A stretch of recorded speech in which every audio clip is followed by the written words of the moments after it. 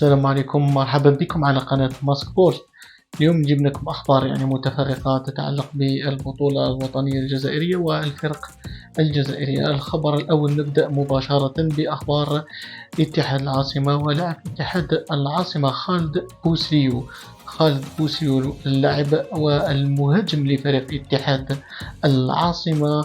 أخبار توفد بأن خالد بوسليو سيكون من بين أول المسرحين بالنسبة لقائمة اتحاد العاصمة، وهذه الأخبار مسربة مباشرة من داخل بيت اتحاد العاصمة. وفي نفس السياق، وفاق سطيف يستثمر في هذا الموهبة وسيكون بين أبرز المرشحين لتقمص ألوان فريق وفاق سطيف. خالد بوسليو سيكون بطبيعة الحال إذا تمت الصفقة أحد لاعبين وفاق سطيف.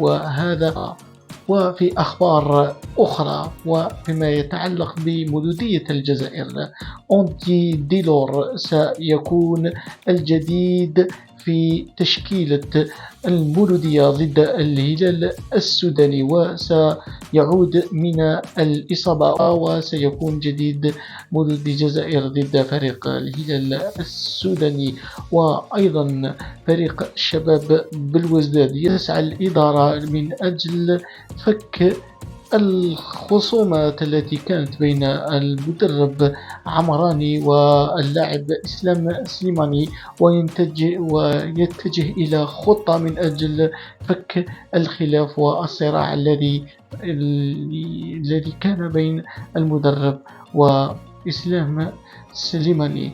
وفي أخبار أخرى، مدان في فريق شبيبة القبائل يصرح لأحد القنوات ويفند كل الإشاعات حول تسريح اللاعبين، وأيضا على قدوم بعض اللاعبين طلب الوثائق، ويفند كل هذه الأخبار والإشاعات. يعطيكم الصحة، بإذن الله سيكون الجديد في القريب. ماذا بكم أبوني في هذا القناة من أجل أن يصلكم كل جديد، وشكرا.